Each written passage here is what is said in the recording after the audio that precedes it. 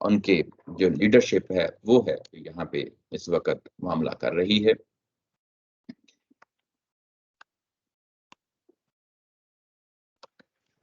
اچھا، انہوں نے کہا، کنہوں نے کہا؟ انہی سرداروں نے کہا، اپنے نبی سے کہا۔ یہ نبی کون ہیں؟ یہ ہمیں بائبل سے پتہ چلتا ہے کہ سیموئیل نبی ہیں صلی اللہ علیہ وسلم۔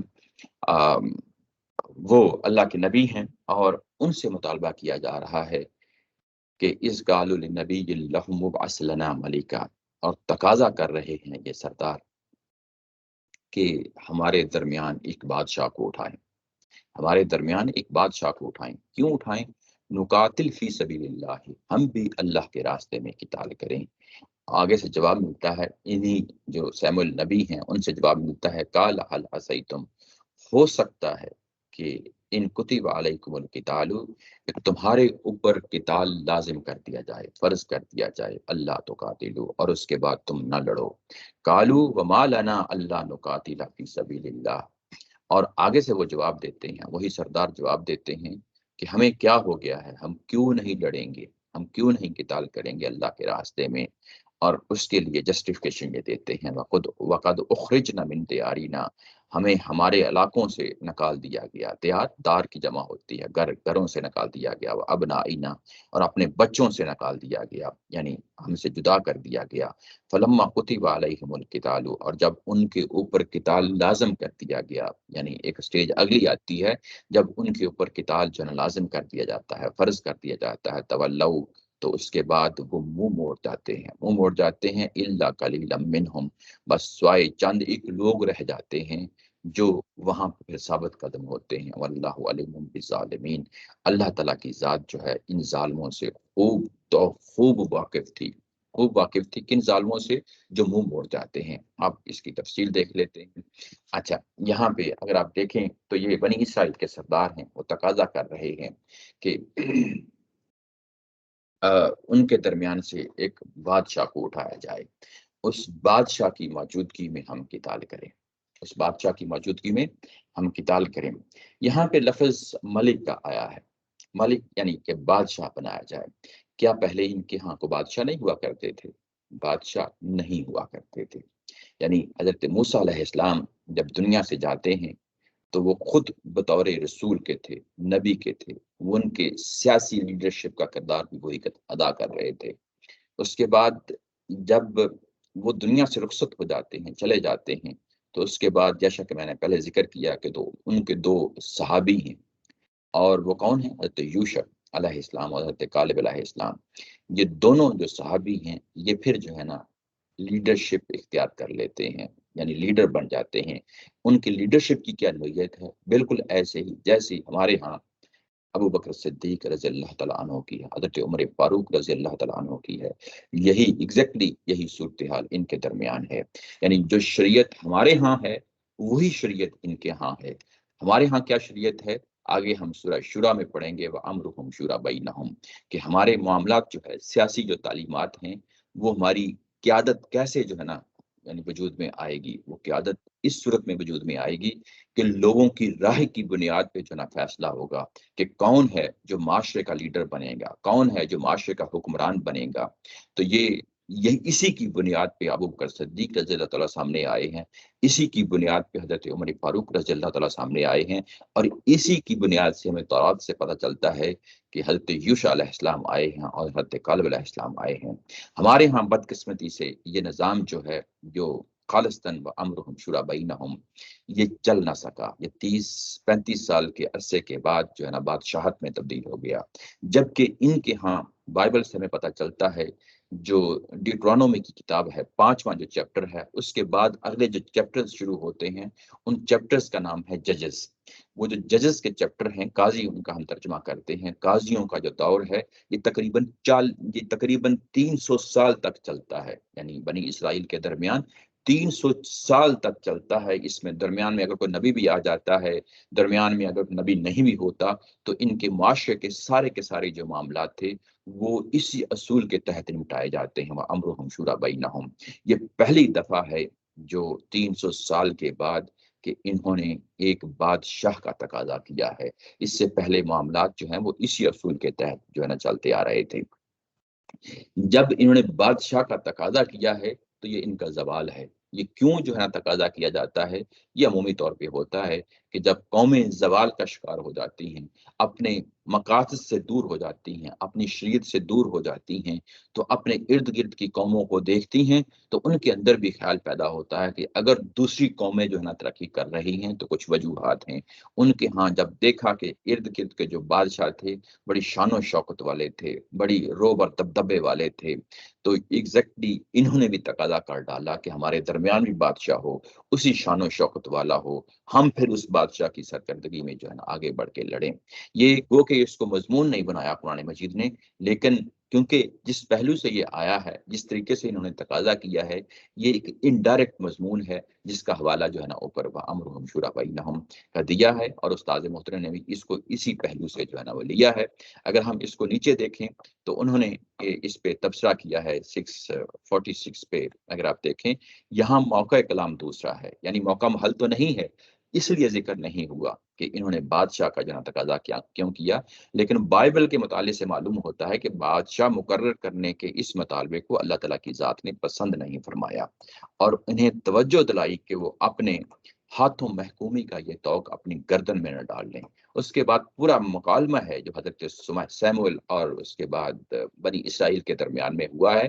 میں اس کو سمرائز کر دیتا ہوں، کافی لمبا ہے، پڑھوں گا تو کافی دیر لگ جائے گی، میں اس کو سمرائز کر دیتا ہوں۔ وہ یہ کہ یہ بات جو ہے یہ بری لگی اللہ تعالیٰ کی ذات کو، یعنی کیوں بری لگی؟ نیچے ہائی لائٹ کیا ہے کہ انہوں نے تیری نہیں میری حقارت کی ہے، تیری نہیں میری حقارت کی ہے۔ یہ اللہ تعالیٰ کی ذات کی جو سٹیٹمنٹ ہے بائبل کے اندر، میری حقارت کی ہے۔ کیوں میری حقارت کی ہے؟ اس لیے کہ میں نے ان کو شریعت دی تھی، اور وہ یہ شریعت دی تھی اس کے اندر یہ بیان تھا کہ وَأَمْرُهُمْ شُورَىٰ بَيْنَهُمْ، اور انہوں نے میری حقارت کی ہے کہ میں بادشاہ نہ رہوں، یعنی کہ میری شریعت کا جو ہے نا وہ ان کے اندر وہ رسوخ نہ ہو، شریعت جڑے نہ پکڑے۔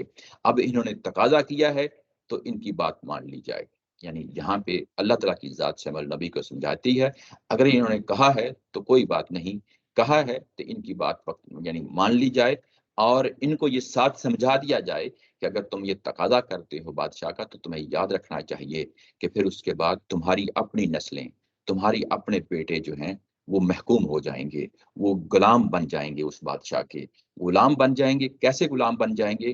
کہ وہ ان کو یعنی ان سے ہل جتوائے گا، ان سے فصلیں کٹوائے گا، ان سے ہتھیار بنوائے گا تمہارے بیٹوں سے، اور اس کے بدلے میں جو ہے نا کچھ بھی نہیں ان کو دے گا، یعنی اس طریقے سے وہ غلام بن جائے گے۔ اس کے بعد یہ کہ تمہاری بیٹیوں کو وہ پکڑے گا بادشاہ، اور ان کے ہاتھوں سے جو ہے نا آٹا گندوائے گا، ان کے ہاتھوں سے آٹا گندوائے گا، نان اور روٹی بنوائے گا، اور اس کے بعد تمہارے کھیتوں پہ، تمہارے باغوں پہ وہ قبضہ کرے گا، اور جتنے بھی اچھے اچھے باغ ہوں گے ان پہ جو ہے نا وہ قبضہ کر لے گا۔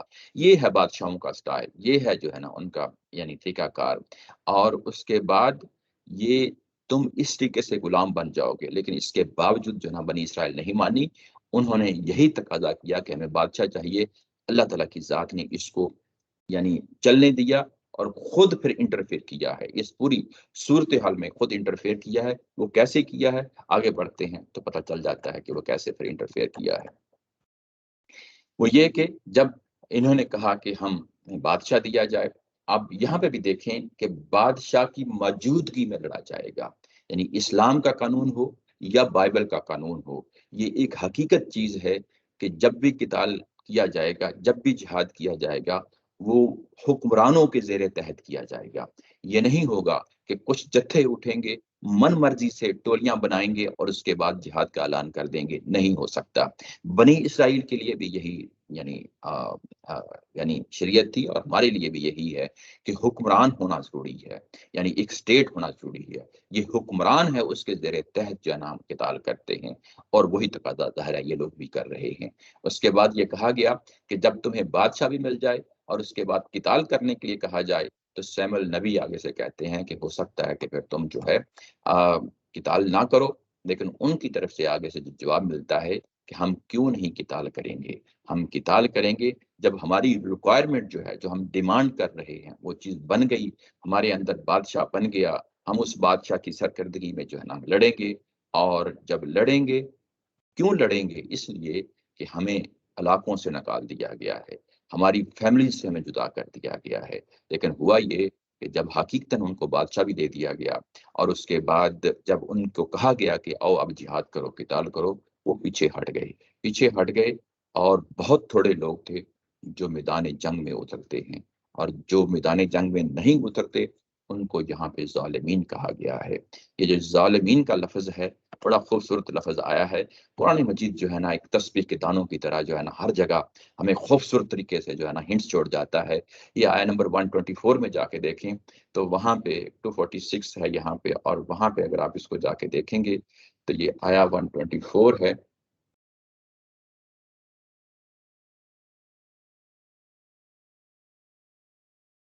چلیں، یہ 124 جو آیا ہے اگر آپ اس کو دیکھیں تو یہاں پہ ابراہیم علیہ السلام کو جو آزمایا جا رہا ہے، ان کو امامت دی جا رہی ہے، اور اس کے بعد کہا جا رہا ہے کہ میری اولاد کا کیا بنے گا، کیا یہ امامت ان تک بھی جائے گی؟ تو اللہ تعالیٰ کی ذات نے کہا تھا کہ جو ظالمین ہیں ان تک جو ہے نا یہ امامت نہیں جائے گی۔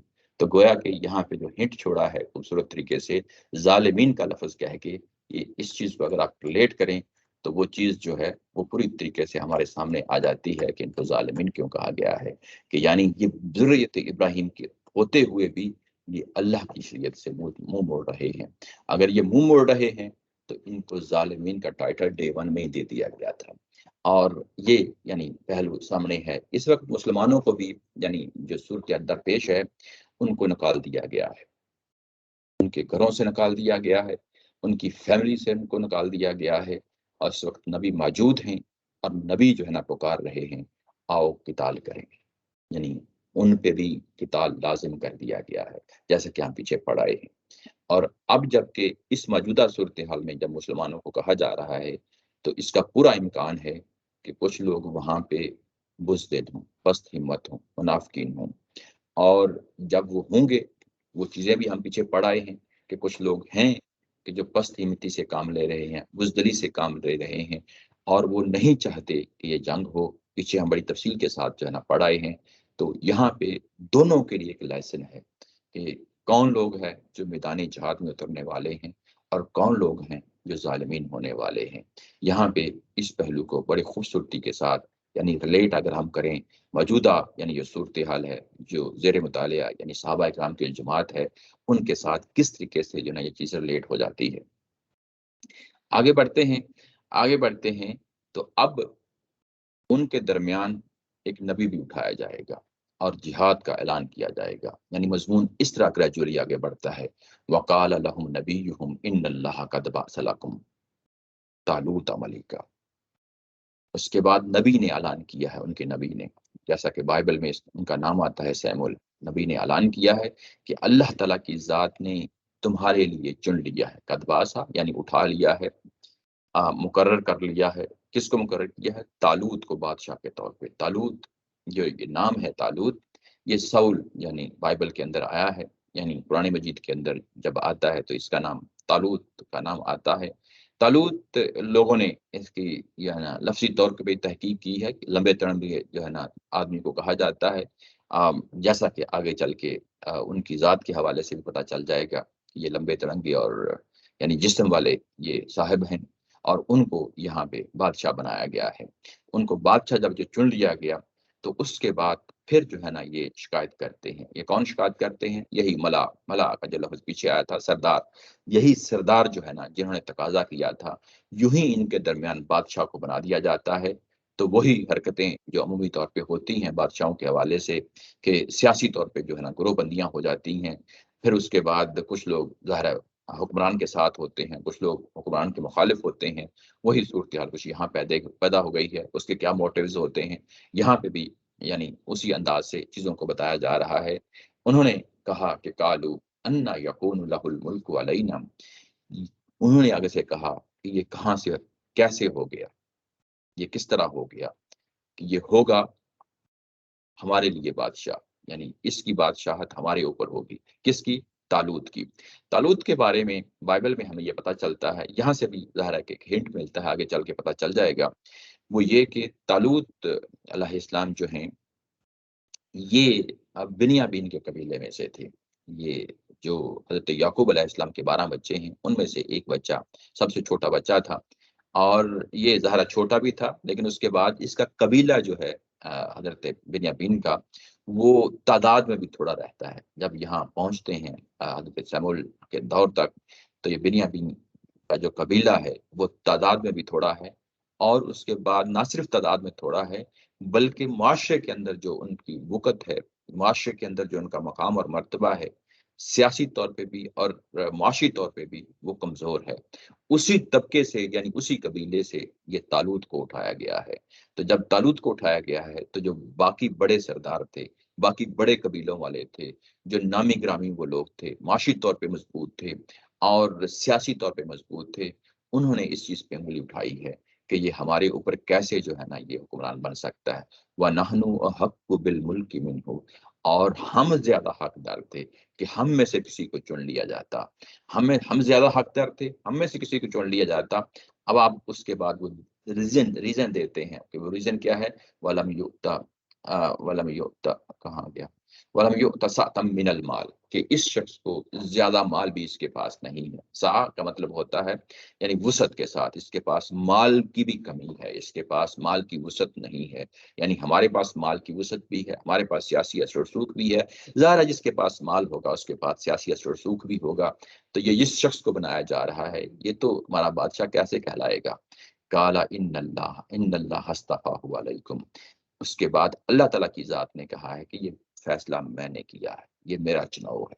تم نے تقاضا کیا تھا اور نبی سے تقاضا کیا تھا، اللہ سے تقاضا کیا تھا، اب اللہ نے تمہارے لیے اس شخص کو چن کے سامنے رکھ دیا ہے۔ اب جب کہ اس شخص کو سامنے رکھ دیا ہے تو وہ کیوں رکھا ہے وہ بتایا ہے، اس کی آگے پھر ریزن دی ہے، وَزَادَهُ بَسْطَةً فِي الْعِلْمِ وَالْجِسْمِ، اس کو علم میں اور جسم میں جو ہے نا وسعت دی ہے، فراخی دی ہے۔ بسطتاً کا مطلب ہے فراخی دی ہے، اس کو وسعت دی ہے۔ کس چیز میں دی ہے؟ علم کے اندر دی ہے اور جسم کے اندر دی ہے۔ یہ علم کیا چیز ہے؟ ظاہر ہے کہ حکمرانی کرنی ہے۔ حکمرانی کرنے کے لیے معاشرے کے اندر جو حکمران ہوتا ہے اس کو صاحب علم ہونا چاہیے، لوگوں کے ساتھ ڈیل کرنے کی ٹیکنیک آنی چاہیے، اور کیونکہ سیاست کا معاملہ ہی کچھ اس طرح کا ہوتا ہے، افراد کو اپنے ساتھ لے کے چلنے کا معاملہ ہوتا ہے، قوم کو اکٹھے رکھنے کا معاملہ ہوتا ہے، قوم کو جو ہے نا عروج کی طرف لے جانے کا معاملہ ہوتا ہے۔ تو یہ جتنی بھی چیزیں ہوتی ہیں، اگر یہ فراست جو ہے نا اگر کسی سیاست دان کے اندر نہیں پائی جاتی تو یقیناً جو ہے نا قوم جو زوال شدہ قوم ہے وہ نہیں اٹھتی۔ تو یہاں پہ اللہ تعالیٰ کی ذات ایک وجہ بتا رہی ہے کہ اس شخص کے اندر جو سیاسی سوجھ بوجھ، جو سیاسی بصیرت ہونی چاہیے وہ بھرپور ہے اس شخص کے اندر۔ اور دوسری یہ کہ کیونکہ اس قوم کو اٹھانا ہے، جنگوں میں اتارنا ہے، قتال میں اتارنا ہے، اور جنگوں میں اور قتال میں اور جہاد میں اتارنا ہے، تو جو فور فرنٹ پہ ہوگا، جو بیٹل فیلڈ میں سب سے آگے بڑھ کے لڑے گا، جو لیڈ کرے گا تمہارے تمام جو ہے نا فوجوں کو لیڈ کرے گا، اس کے اندر جسمانی صلاحیت بھی ہونی چاہیے۔ تو یہ دونوں پہلو ہیں یہاں پہ جس کو واضح طور پہ بیان کر دیا گیا ہے کہ جو سیاسی سوجھ بوجھ رکھنے والا بھی ہے، اور میدان جنگ میں جو شخص جو ہے نا جو صحت مند شخص ہے وہ شخص بھی جو ہے نا اس کے اندر یہ دونوں صلاحیتیں ہیں۔ جب یہ دونوں اس کے اندر صلاحیتیں ہیں تو یہ اللہ کا فیصلہ ہے۔ اللہ کا فیصلہ جو ہے وہ کوئی ایسا نہیں ہے کہ اللہ نے خواہش کی اور اس کے بعد وہ فیصلہ تم پہ ٹھونس دیا ہے۔ آگے اگر آپ دیکھیں تو ابھی پوری آیا میں پڑھ لیتا ہوں، واللہ یؤتی ملکہ من یشاء، اللہ تعالیٰ کی ذات جس کو چاہتی ہے اپنا ملک دیتی ہے، یعنی حکومت دیتی ہے۔ واللہ واسع علیم، بے شک اللہ تعالیٰ کی ذات جو ہے نا وسعت رکھتی ہے اور صاحب علم ہستی ہے اللہ تعالیٰ کی ذات کے حوالے سے۔ یہ یہاں پہ دیکھیں کہ اللہ تعالیٰ جس کو چاہتی ہے اپنا یعنی حکومت دیتی ہے، اپنی بادشاہی دیتی ہے، زمین کا انتظام چلانے کے لیے دیتی ہے۔ تو یہاں پہ جب یہ کہا کہ جس کو چاہتی ہے، تو کیا اللہ تعالیٰ کی ذات کا معاملہ کوئی الٹ اپ ہوتا ہے کہ جس کو چاہتی ہے دے دیتی ہے، یعنی بغیر کسی اصول کے، بغیر کسی جو ہے نا وجہ کے اس کو دے دیتی ہے؟ نہیں، ایسا نہیں ہے۔ قرآن مجید کا گہرائی کے ساتھ مطالعہ کرنا چاہیے۔ عمومی طور پہ یوں ہی ہم اس طرح کی آیت آتی ہے تو ہمارے ذہن میں سوال ہوتا ہے، ظاہر ہے قادر ہے، مالک ہے، آقا ہے پوری دنیا کا، تو وہ جس طرح کی چاہے وہ چلا سکتا ہے، اس میں کوئی شک نہیں ہے، وہ چلا سکتا ہے، اس کے یعنی اللہ تعالیٰ کے اختیار پہ کوئی قدغن نہیں ہے۔ لیکن کیا جب وہ خود بیان کر رہا ہے کہ میں جب بادشاہ بناتا ہوں تو جیسا بنا دیتا ہوں، لیکن ابھی تو ہم نے یہ پڑھا ہے، وہ کیا پڑھا ہے؟ وَزَادَهُ بَسْطَةً فِي الْعِلْمِ وَالْجِسْمِ، یہ کہ کچھ اصول ہے، وہ اصول کیا ہے؟ وہ اصول یہ ہے کہ میں نے کسی اصول کے بنیاد پہ ہی تو میں نے بادشاہ بنایا ہے۔ جب ہم یہ کہیں کہ اللہ تعالیٰ کی ذات ایسا کر دیتی ہے تو کچھ اصول ہوتے ہیں، اللہ تعالیٰ کی ذات خود بھی وہ استعمال کر رہی ہوتی ہے۔ اللہ تعالیٰ کی ذات ان اصولوں کی پیروی میں جو ہے نا وہ چیزیں آگے بڑھ رہی ہوتی ہیں۔ جب انسانوں کے ساتھ معاملہ ہو رہا ہوتا ہے، کوئی بھی ایسا معاملہ نہیں ہے جو اللہ ٹپ ہو۔ یہ اللہ تعالیٰ کی جو ہے نا حکیم ہستی ہے، وہ ہمارے لیے بھی جو ہے نا بڑا کچھ سامان ہمیں دے دیتی ہے، جیسا کہ ہمیں یہاں پہ دیا گیا کہ اس شخص کو جو ہے نا سیاسی سوجھ بوجھ ہے، جسم کے معاملے میں، صحت کے معاملے میں سب سے آگے ہے، تمہارے اندر سب سے آگے ہے۔ تو جب وہ آگے ہے تو یہی وہ اصول ہے جس کے بارے میں کہا گیا ہے واللہ یؤتی من یشاء واللہ واسع علیم۔ اچھا، یہ اصول کون سا ہے جو ابھی ہم نے پڑھا ہے وزادہ بسطۃ فی العلم والجسم؟ یہ اصول جو ہے یہ ہمیں سورہ النساء میں جا کے پتہ چلتا ہے۔ سورہ النساء میں جب ہم پہنچیں گے تو اس کو تفصیل کے ساتھ دیکھیں گے، لیکن یہاں پہ میں نے آپ لوگوں کے لیے جو نا اس آیت کو اوپر پیش کر دیا ہے، اس کو دیکھ لیں۔ ان اللہ یأمرکم ان تؤدوا الامانات الی اہلھا واذا حکمتم بین الناس ان تحکموا بالعدل۔ اے ایمان والو، جب تمہیں عظیم بادشاہی عطا کرنے کا فیصلہ کر لیا ہے، یہ کن کو کہا جا رہا ہے؟ مسلمانوں کو کہا جا رہا ہے کہ ہم آپ کو ایک بہت بڑی بادشاہت دینے والے ہیں، ایک بہت بڑی امپائر دینے والے ہیں، دنیا میں آپ حکومت کریں گے۔ مسلمانوں کو، صحابہ اکرام کو یہ کہا جا رہا ہے۔ تو اس امپائر دینے سے پہلے یہ ایک اصول پلے باندھ لو۔ وہ اصول کیا ہے؟ کہ اللہ تمہیں ہدایت کرتا ہے کہ ایمانتے ان کے حقداروں کو ادا کرو، ایمانتے ان کے حقداروں کو ادا کرو، کہ یعنی جو ڈیزرو کرتا ہے، یعنی جو حقدار ہے حکمرانوں کا، خواہ وہ بڑے لیول پہ ہو، یعنی حکمران کی ہی سیٹ کیوں نہ ہو، خواہ وہ لوور لیول پہ ہو، کہ عام جو ڈے ٹو ڈے کے معاملہ نمٹانے کے لیے چھوٹے لیول پہ، جیسے صوبائی لیول پہ، جیسے کونسل کے لیول پہ، یا گورنمنٹ کی اپنے جو ادارے ہوتے ہیں ان میں لوگوں کو تعین کرنا ہے، تو ہمیشہ ان لوگوں کو ہی متعین کرنا جو ان کے حقدار ہیں، کسی اور کو نہ وہاں بٹھا دینا۔ جب لوگوں کے درمیان فیصلہ کرو تو انصاف کے درمیان فیصلہ کرو۔ یہ اصول ہے، یہ اصول ہمارے لیے بھی تھا، ہمارے لیے بھی ہے، اور یہی اصول ظاہر ہے کہ بنی اسرائیل کے لیے بھی تھا، اور اسی کا یہاں پہ حوالہ دیا ہے، اور بڑے خوبصورت طریقے سے حوالہ دیا ہے۔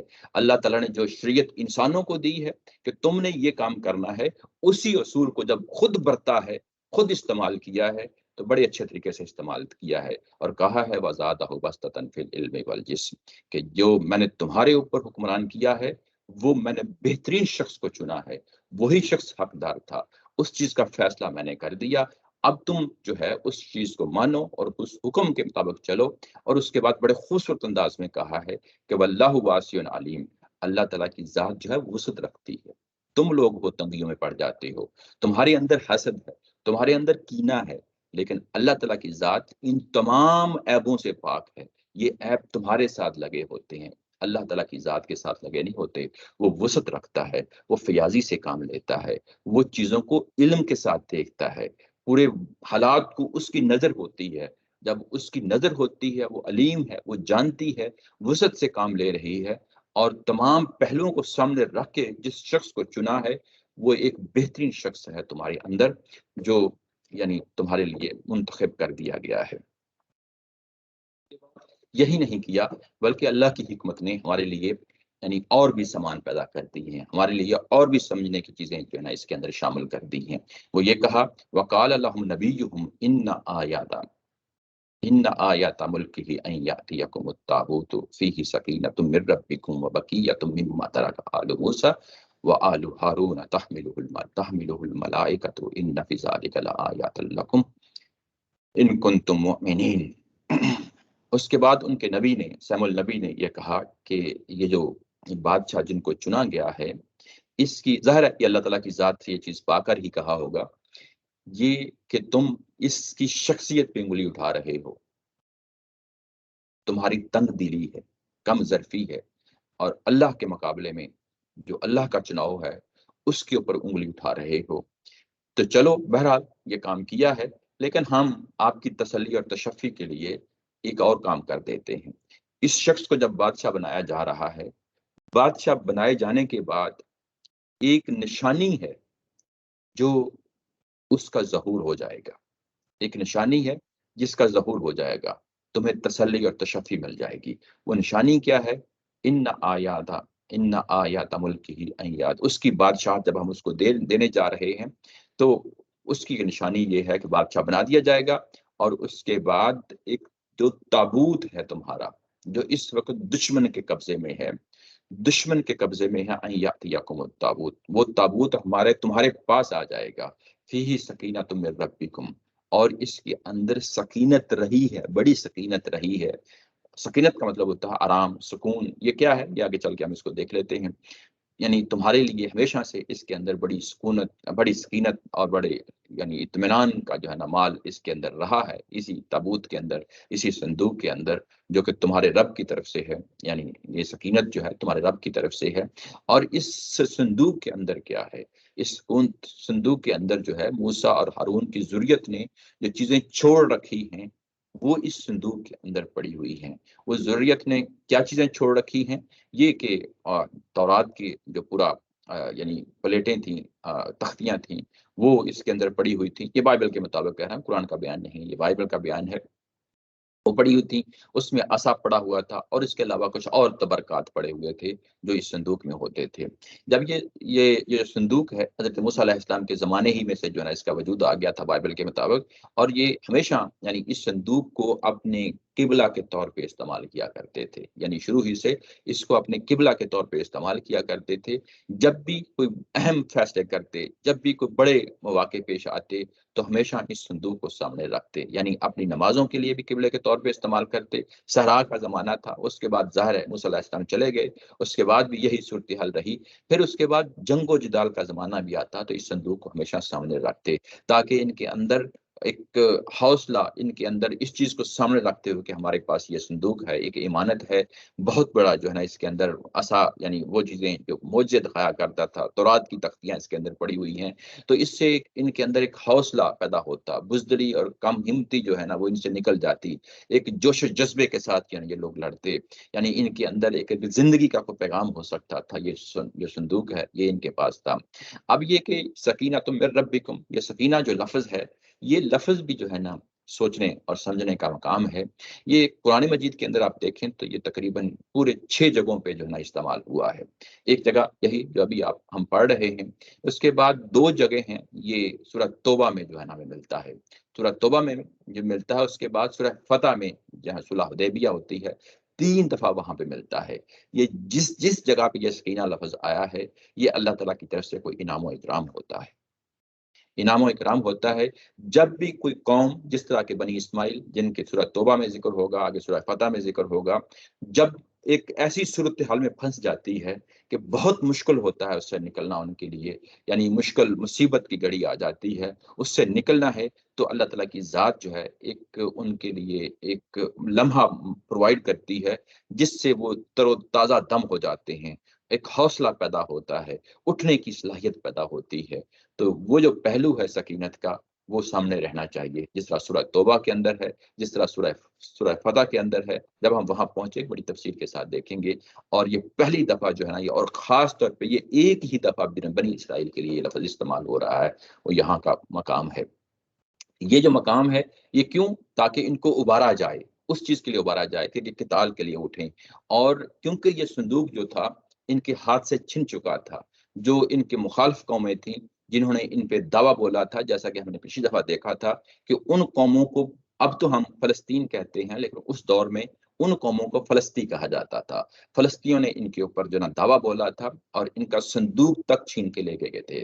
یہی صورتحال کچھ ہمارے ساتھ بھی رہی ہے، یعنی 300 سال بعد یہ جو واقعہ حضرت سیمول کا پیش آ رہا ہے یہاں پہ، یہ تقریباً 300 سال کے بعد کا واقعہ ہے، موسیٰ علیہ السلام کے جانے کے بعد۔ ایسے ہی صورتحال کچھ ہمارے ساتھ بھی درپیش ہوئی تھی۔ 300 سال کے بعد نبی محترم صلی اللہ علیہ وسلم کے دنیا سے جانے کے بعد کرامتا ہے، کرامتا جانتے ہیں اگر آپ تاریخی طور پہ، یہ اہل تشیع میں سے ایک جو ہے نا طبقہ اٹھا تھا، انہوں نے اپنی حکومت قائم کر لی تھی۔ یہ عراق اور موجودہ ایران، ان کا درمیان کا کوئی علاقہ تھا، وہاں پہ یہ ان کی حکومت تھی، لوٹ مار دراصل ان کا پیشہ تھا، اور یہ ایک دفعہ حج پہ جاتے ہیں، عباسیوں کے دور پہ حج پہ جاتے ہیں، عباسیوں ہی کا دور تھا، حج پہ جاتے ہیں اور وہاں سے بھی لوٹ مار کرتے ہیں، اور وہاں سے ہمارا جو سب سے اہم جو وہاں پہ شاعر، جو شاعرہ ہے، وہ جس کو ہم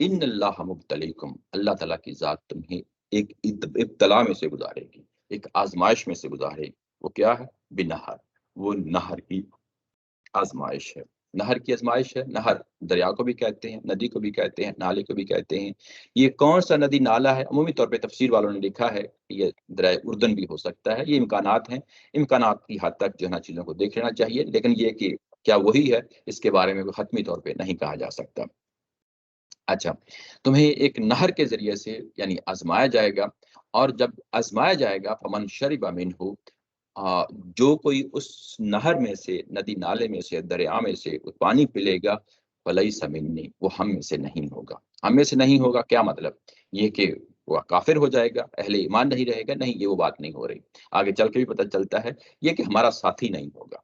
ہمارا ساتھی نہیں ہوگا یعنی جس مقصد کے لیے ہم جو ہے نکلے ہیں اپنے علاقے کو لینے کے لیے، جس کے لیے ظاہر ہے میراث کا علاقہ ہے، وہ علاقہ جو ہمارے لیے یعنی اللہ تعالیٰ کی ذات نے متعین کر دیا ہے، جب ہم اس کو لینے کے لیے نکلے ہیں تو اس دوران اللہ تعالیٰ کی ذات نے ایک آزمائش میں ڈالنے کا جو ہے نا پہلو سامنے رکھا ہے۔ یہ دیکھا جائے کہ اہل ایمان میں سے پکے مسلمان کون ہیں اور منافق کون ہیں، تو وہ جو یہاں پہ شرط رکھی ہے کہ جو اس میں سے پانی پی لے گا وہ ظاہر ہے کہ شریعت پہ عمل پیرا ہونے کے لیے تیار ہی نہیں ہے، تو اس نے آگے جا کے لڑنا کیا ہے؟ تو وہ ہم میں سے نہیں ہے، یعنی ہمارا ساتھی نہیں ہے۔ وَمَن لَّمْ يَطْعَمْهُ فَإِنَّهُ مِنِّي، اور جو کوئی بھی شخص جو ہے نہیں پیتا، یعنی نہیں پیتا، وہی ہم میں سے ہے۔ یعنی 100% جو ہے وہ یہ کہ جو پانی کو ہاتھ نہیں لگاتا، منہ نہیں لگاتا، اور وہ ظاہر ہے اس شریعت پہ یعنی جو ابتلا اور آزمائش کا پہلو سامنے رکھا جا رہا ہے اس کے وہ پورا اتر گیا ہے، وہ ہمارا ساتھی ہے۔ منک طرف غرفتم بیدہ، سوائے اس کے کہ کوئی شخص چلو بھر پانی جو ہے جیسے کہ ہاتھ میں ڈالا، غرفہ کا مطلب ہوتا ہے تھوڑا سا پانی ہاتھ میں ڈالا ہوا، لے لے اور جو ہے نا اس کو پی لے۔ تو چلو بھر جو پانی ہوتا ہے ہم اپنے محاورے میں کہتے ہیں چلو بھر پانی لے لے اپنے ہاتھ میں ڈال کر، تو اس سے ایکسیپشن جو ہے نا اللہ تعالیٰ کی ذات نے رکھی ہے۔ یہ جو ایکسیپشن ہے، یہ ایکسیپشنز کے بارے میں بھی ایک تھیم ہے جو سورہ بقرہ کے اندر مسلسل چل رہا ہے، بڑی تفصیل کے ساتھ ہم پیچھے پڑھ رہے ہیں۔ یعنی کوئی بھی حکم بیان کیا جاتا ہے تو اس کے بعد اس کی جو رخصتیں ہیں، جو آسانیاں ہیں، وہ بھی ساتھ ساتھ اللہ تعالیٰ کی ذات بیان کر رہی ہے۔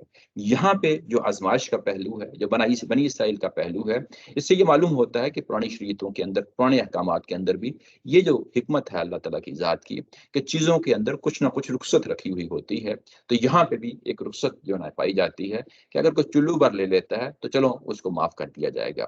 یعنی اصل کرائٹیریا تو یہی ہے کہ وہ ہمارا ساتھی وہی ہے جو بالکل ہاتھ نہیں لگاتا، لیکن اگر کوئی چلو بھر لے لیتا ہے تو چلیں اس میں بھی جو ہے نا کوئی فرق نہیں پڑتا، پھر بھی وہ ہمارا ساتھی ہے۔ اچھا، اس کے بعد یہ ہوا، یہ چلو بھر کیوں کہا گیا؟ کہیں ایسا نہ ہو کہ آگے بڑھیں تو کوئی بڑا برتن استعمال کر لیں یا پیٹ بھر کے پانی جو ہے نا وہ پی لیں، پیٹ بھر کے پانی پی لیں، تو ظاہر ہے جو لوگ پیٹ بھر کے پانی پی لیں گے یا بڑا برتن استعمال کر لیں گے وہ تو پھر ہم میں سے نہیں ہوں گے، ہمارے ساتھی نہیں ہوں گے۔ لیکن ہوا کیا ہے؟ فشربوا منہ، تو الا قلیلا منہم، تو بہت سے لوگوں نے پانی پی لیا، بہت تھوڑے لوگ تھے جو بچ گئے جنہوں نے پانی نہیں پیا، یعنی کہ وہ اس آزمائش میں جس میں وہ پڑے تھے وہ اس میں ناکام ہو گئے۔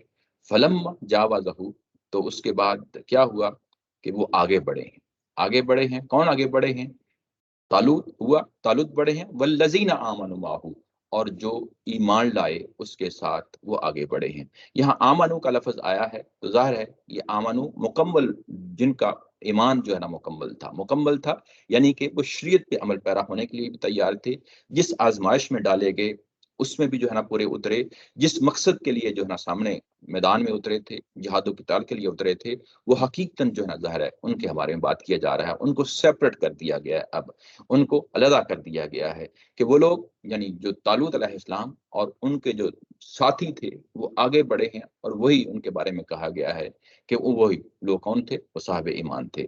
اور جو کمزور مسلمان تھے یعنی جنہوں نے پانی پی لیا تھا، ان کا اب مکالمہ ہوتا ہے کن کے ساتھ؟ جو صاحب ایمان، زیادہ ایمان والے ہیں، جو ثابت قدم ہیں، جو صبر سے کام لینے والے ہیں، جو اس آزمائش میں پورے اترے ہیں،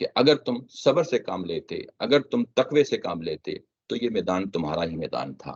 یہ ایگزیکٹلی یعنی یہ جو پہلو ہے یہ بنی اسرائیل کے ساتھ بھی رہا ہے، یعنی یہ کہ یعنی تقوی سے اللہ تعالیٰ پہ ایمان رکھتے ہوئے، اللہ تعالیٰ کی یعنی ذات پہ ایمان، آخرت پہ ایمان رکھتے ہوئے صبر کے ساتھ جو ہے نا میدان جنگ میں اترنا، یہ لوگ وہ خود بھی واقف تھے، اور ظاہر ہے قرآن مجید کی ٹیچنگز بھی یہی ہیں کہ جب میدان جنگ میں اترا جاتا ہے تو اصل چیز جو کام آتی ہے وہ اللہ تعالیٰ کی ذات کا جو ہے نا یعنی اس پہ اعتماد ہے، اس پہ یقین ہے، اور اس کے بعد آخرت پہ کہ یہ زندگی اگر ہم یہاں شہید ہو جاتے ہیں، قتل ہو جاتے ہیں، تو زندگی بس یہی زندگی نہیں ہے، بلکہ اس کے بعد میں آنے والی زندگی ہے، وہ اصل زندگی ہے جو ہمارا یعنی مستقل طور پہ فیصلہ کرے گی۔ ہم نے جو کام کرنا ہے وہ یہی کہ تقوی اور صبر کے ساتھ جو ہے نا وہ کام لینا ہے۔ اسی کے ساتھ یہ والا جو ہے 249 تک جو ہے نا ہم سیشن کو ختم کرتے ہیں۔ باقی انشاءاللہ اگلے سنڈے پھر سے جو ہے نا حاضر ہوں گے۔ کوئی سوال ہو تو وہ لے لیتے ہیں۔ وآخر دعوانا الحمدللہ رب العالمین۔